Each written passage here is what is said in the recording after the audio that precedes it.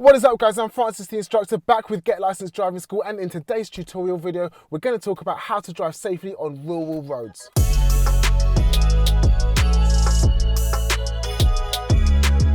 Now mainly the thing that we're going to talk about today is speed. When you're in busy towns and centres, the speed limit is really restricted. You're going to see 20 and 30 mile an hour speed limit signs everywhere to tell you how fast you can go. When you're on a rural road like the ones that we're about to drive on, you will not see such a massive level of restriction. You're going to see stuff like national speed limit signs, which means that the road is a 60 or 70 mile an hour road. But does that mean that it's safe to drive on that road? Maybe not. Let's go and find out.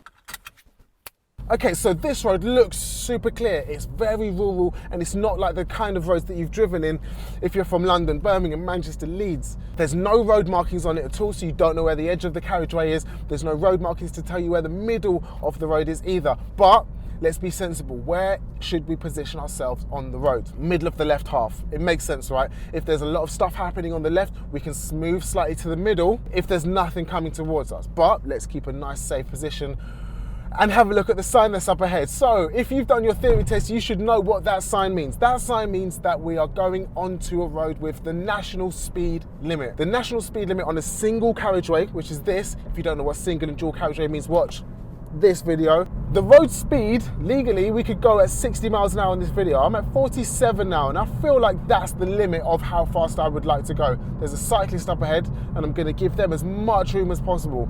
The faster you go past a cyclist, the more wind that you blow through them. So it makes them wobble. Especially with this corner coming up, I can't see what's coming around it. I'm dropping my speed. I'm at 44 miles an hour at the moment. Now I can see a lot more happening. I've built the speed up to about 50, but I'm definitely not going to go 60 miles an hour on this stretch of road. That would be reckless. Imagine doing that on your driving test. What's the kind of person that is your driving examiner?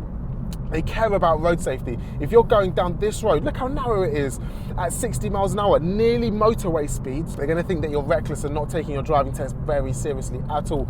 Here's the thing that I had the other day, it's really good. Don't treat rural roads like a racetrack. If you're trying to stick to 50 miles an hour the whole time and you're getting massive G-forces left and right, I'm going to actually brake here because the bend in the road is such that I can't see what's coming and I don't actually know how harsh that bend is. 28 miles an hour on a 50, 60 road. Why not? Why would you go 60 through that section? Because you would end up spinning out. It was quite a bit wet as well. Quite wet, quite bendy. So if I'm going 60 miles an hour around that corner, if I'm not in a Formula 1 car, I'm not going to be sticking to that road. Okay, building up the speed here, 35 miles an hour, because I can't see what's coming up next. Now I can start building up the speed. I'm not trying to treat this like a racetrack, like I was saying. I'm trying to go at a speed where I can manage it. If something was to happen in front of me, I'm at a speed where I can deal with it. The less you can see in front of you, the slower you should be going. Now, I'm using my mirrors all the time. Can you see how much I'm using my mirrors? Because I want to know where everything is. I want to know where the car behind is. I want to know if anyone's trying to overtake me, because I know that a lot of people like to use these roads as a racetrack. They like to go really fast on these roads. I'm not even just thinking about my driving test. What would the examiner think is safe?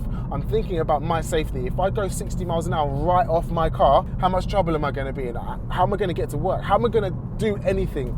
It's really important to be at a safe speed, and we can judge those safe speeds on a few different things. Let's have a look ahead. What can we see? How far down the road can we see? We can see pretty far down the road, which means that you can up your speed. How dense is the traffic? It's getting a little bit more dense, so I'm slowing down a little bit, and there's a junction up ahead, so slowing down even more. I'm going to go straight across this roundabout using the second exit.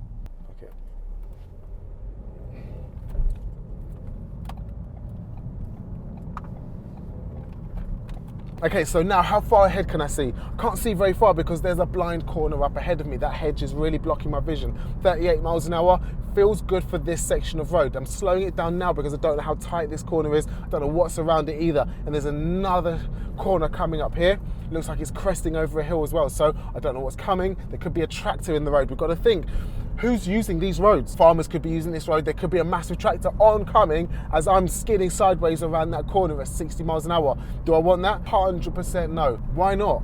Because it's my car. Imagine not having access to your car anymore. How gutted are you going to be? Why? Because I was trying to go 60 miles an hour on Dancers Hill? That would be silly. While we're on the subject, let's think about road markings. These road markings, let's have a look at the middle of the road. Do you see here how the lines are quite short and stubby? That tells you the level of risk and the level of hazard up ahead. And here we can see that the lines are long, which means that there's an increased level of risk and an increased level of hazard. We don't know what that is yet because we haven't got to it yet, but we know that there's something coming up that's a little bit more hazardous, a little bit more dangerous. Maybe this bend in the road, maybe the reduction in speed limit, but they paint those lines there on purpose and they're there for you to slow down. All right, so I'm stopping off here. Nice, calm, quiet road in the countryside. Guys, that was rural roads. Hope you found that helpful. There's obviously a lot more to do on a really rural road where there's a long stretch of road and literally it's just super narrow tracks with just passing places. If you're going down roads like that, I mean, this could come up on your driving test if you live in certain places. If you live in London, not too likely. But if you're coming up on roads like that in your local area, drive around and remember what I'm saying about speed. The speed is not a target. If the speed limit is 60, that's not the target. The target is what you deem to be safe, and there's a few ways that we can measure that. Hope you found that video helpful. I'm Francis, the instructor for Get Licensed Driving School. That was rural roads. Remember to slow it down. Hope you found that video helpful, and I'll catch you guys in the next one.